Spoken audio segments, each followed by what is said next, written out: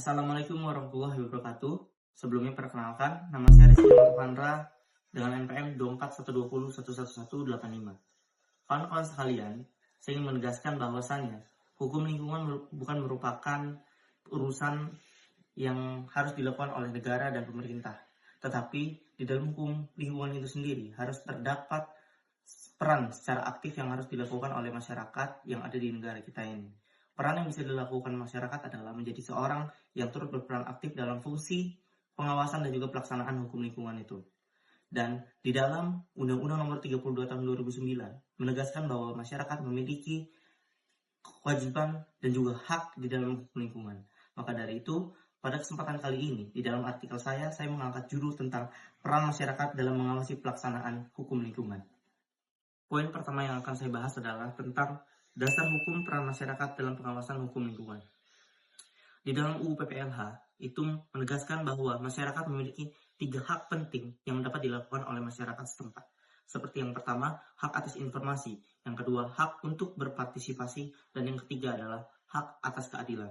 Kawan-kawan sekalian, di dalam hak atas informasi, masyarakat dapat memperoleh legitimasi untuk bisa mendapatkan informasi yang transparan tentang pengelolaan lingkungan yang ada di sekitar mereka.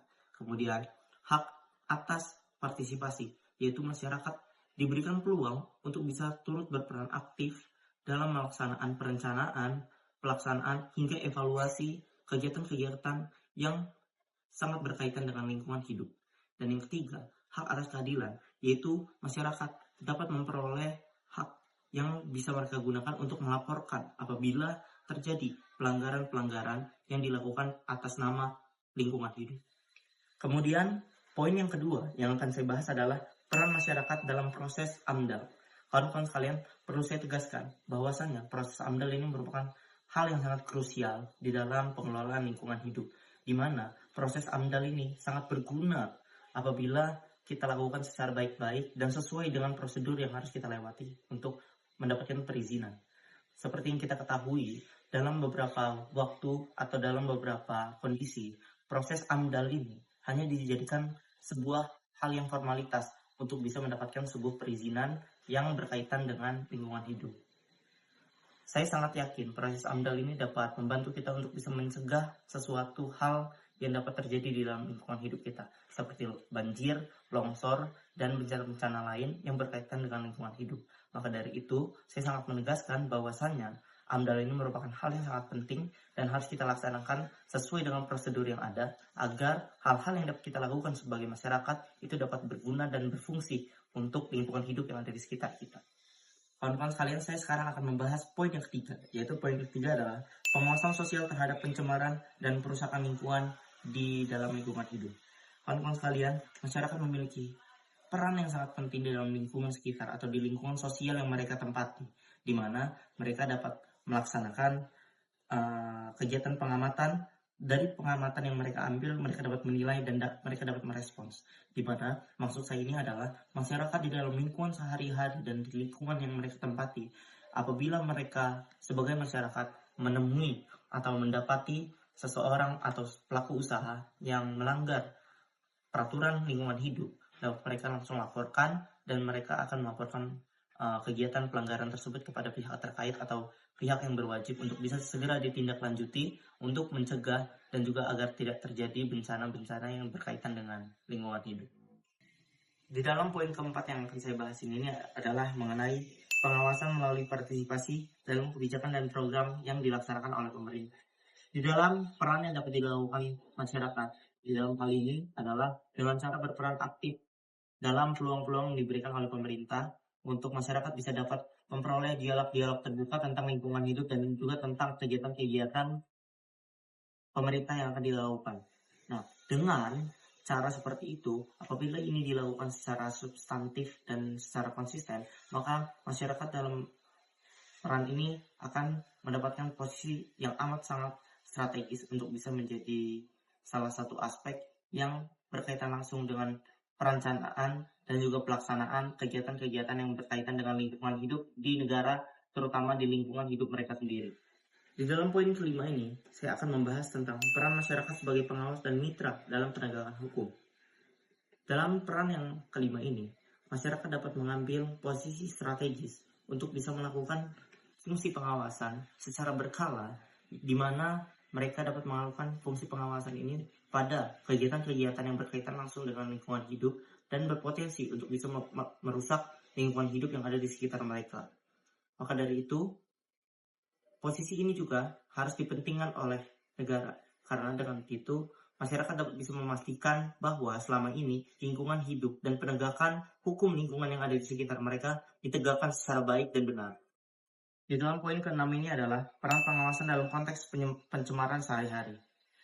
Dalam kehidupan sehari-hari tampak nyata banyak sekali pencemaran yang ada di dalam lingkungan kita, seperti sampah yang berserakan, orang yang membuang sampah di sungai, dan lain-lain sebagainya. Maka dari itu, masyarakat sebagai pengawas awal yang ada di dalam lingkungan hidup mereka sendiri, itu dapat mengambil langkah keberanian dan juga kepedulian terhadap lingkungan mereka sendiri.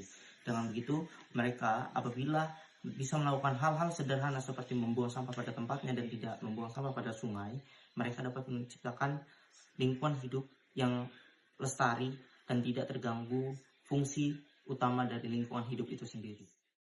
Poin ketujuh ini merupakan poin yang bagi saya sangat penting dalam penegakan hukum lingkungan, di mana yaitu perlindungan hukum bagi masyarakat yang melakukan fungsi pengawasan.